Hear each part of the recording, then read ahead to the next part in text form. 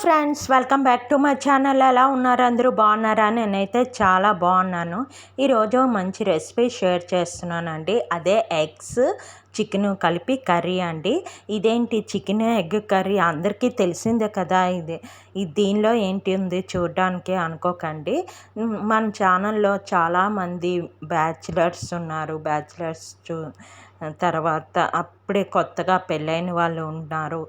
కొంతమందికి తెలియకపోవచ్చు. కొంచెం బేసిక్ చేసుకున్న వాళ్ళు చాలామంది ఉన్నారండి. అలాంటి వాళ్ళకి ఉపయోగపడుతుందని షేర్ చేస్తున్నాను. చాలా ఈజీగా చేసుకోవచ్చు. దీనికోసం నేను ఎగ్స్ ఉడకపెట్టుకొని పక్కన పెట్టుకున్నాను. తర్వాత చికెన్ కూడా వాష్ చేసుకొని పక్కన పెట్టుకున్నానండి. తర్వాత ఒక కళాయి పెట్టుకున్నాను, స్టవ్ వెలిగించుకొని దానిలోని ఆయిల్ వేసుకొని ఉల్లిపాయలు అయితే వేసుకున్నాను. ఒక పెద్ద సైజు ఉల్లిపాయ వేసుకున్నాను.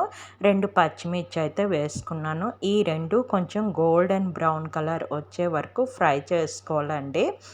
ఎప్పుడైనా మనకి ఉల్లిపాయ కొంచెం గోల్డెన్ బ్రౌన్ కలర్ రాకపోతే మన కర్రీ అయితే బాగుండదు, మంచి కలర్ అయితే రాదన్నమాట. ఇలాగైతే ఫ్రై చేసుకోవాలి. చూస్తున్నారా?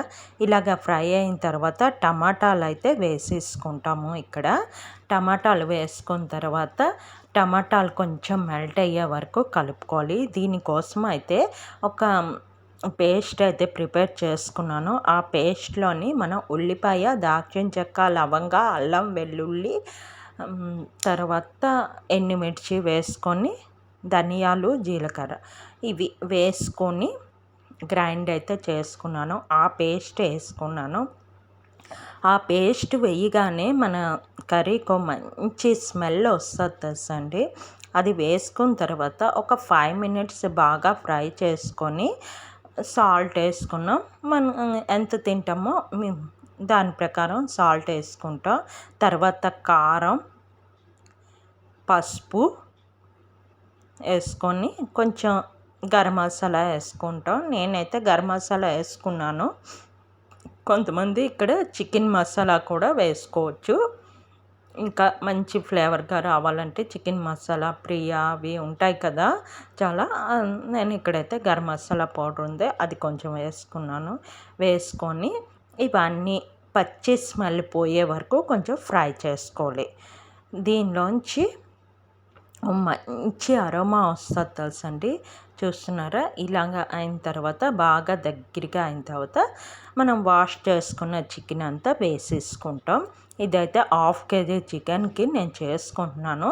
1/2 kg చికెన్కి ప్లస్ 4 ఎగ్స్కి నేను 1 స్పూన్ ఉప్పు, 1 స్పూన్ కారము వేసుకున్నాను అన్నమాట.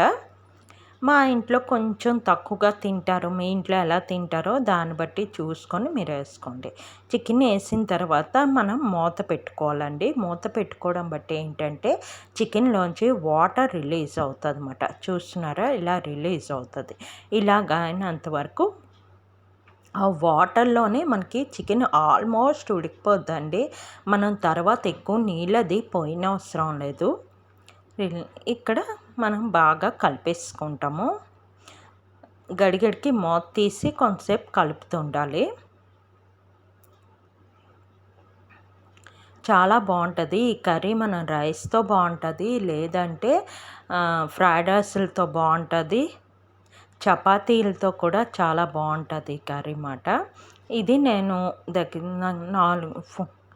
నలుగురు కోసం చేస్తున్నానండి ఈ కర్రీ.